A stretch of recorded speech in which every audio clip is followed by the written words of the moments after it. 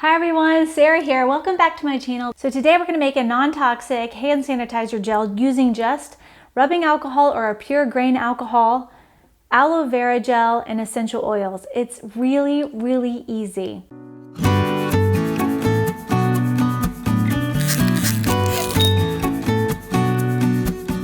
Now I want to first start off by saying that hand washing is still best, and the CDC recommends that whenever you're trying to get rid of germs and dirt and chemicals, hand washing is what's going to get rid of those things the best.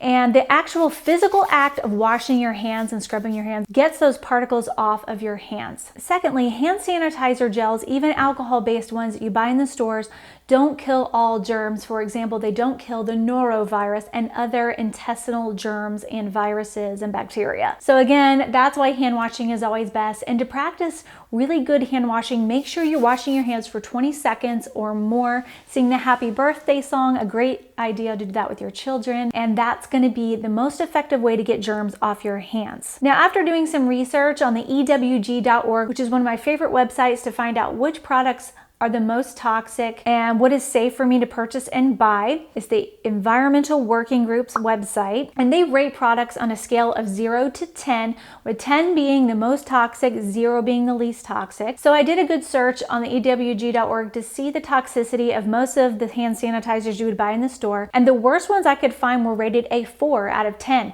And 4 is just low to moderate toxicity, so it's pretty good. And the reason some of the products got a 4 out of 10 were due to the artificial fragrances, and the rest of the ingredients, including the alcohol, were very low toxicity. So by making your own at home, you can ensure there's no artificial fragrances in it, and you can scent your products instead with essential oils, which is natural and safe. So why don't you want artificial fragrances in your products? Well, they contain particles called phthalates. These are tiny particles of plastic that bind the molecules of the artificial fragrances together. It makes the scent stronger, it makes it stick. And these particles of plastic are released into the air. And that's why so many people are finding with artificial fragrances that they're getting headaches, brain fog, not feeling good, maybe feeling a little nauseous, feeling just kind of ick when you are around artificial fragrances. Also, they contain formaldehyde.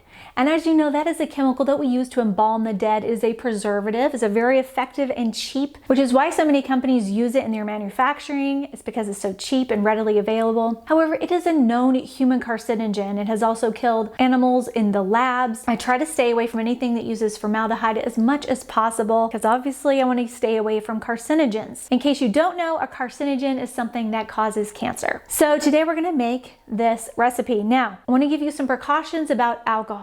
In order for this recipe to effectively kill germs, your hand sanitizer needs to be at least 60% alcohol. And that doesn't mean that you're using 60% alcohol. It means that it's 60% of the total volume of the hand sanitizer is alcohol.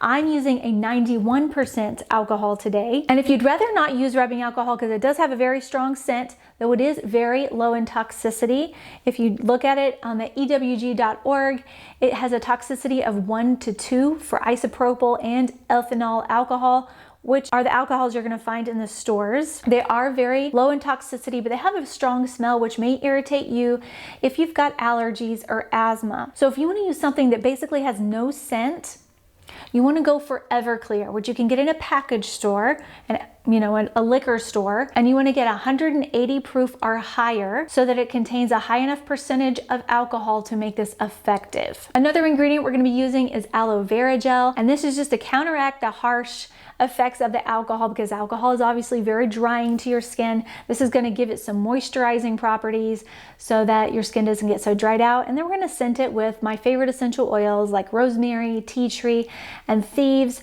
All three of these also have very therapeutic, cleansing, and purifying properties. So they're going to add some extra power and oomph to your hand sanitizer gel. So let's get started. So you can get these labels in my Etsy shop. One has a recipe printed on it, which makes it easy when you want to go back to refill the bottle.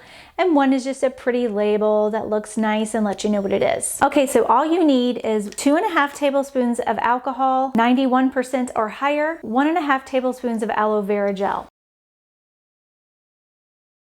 That's 2 tablespoons. There's my half. 1.5 tablespoons of aloe vera. And then you just want to add whichever essential oils you want to choose. And I'm going to go with tea tree. I'm actually out of the thieves. I didn't realize that. 2, 3, 4, 5, 6. So I say 5 to 10 drops. So there you have it. We are done. It is that easy.